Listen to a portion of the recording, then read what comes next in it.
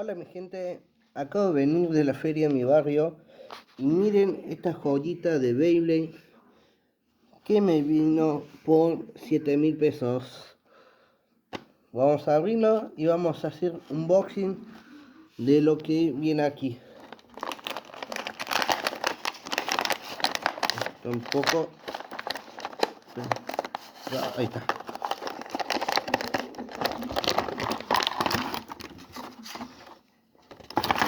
Para empezar tenemos un launcher. Aquí está su lanzador, su jareta.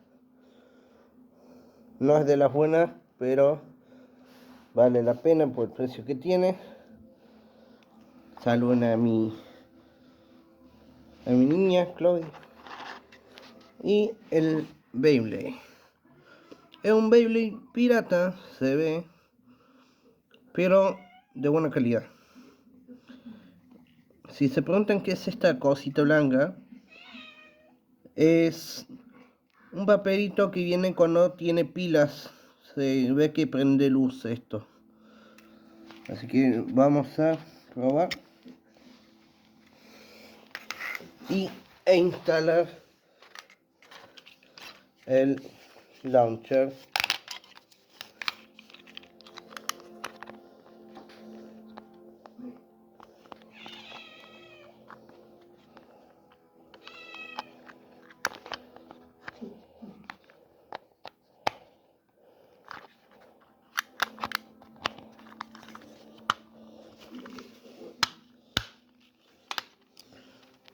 Bueno, aquí estamos probando el launcher. Estoy viendo de dónde se puede encajar. De aquí.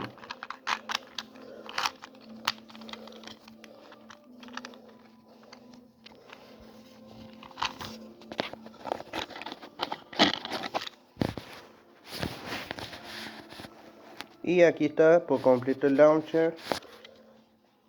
Vamos a encajarlo y probarlo, chicos. 3, 2, 1. Va.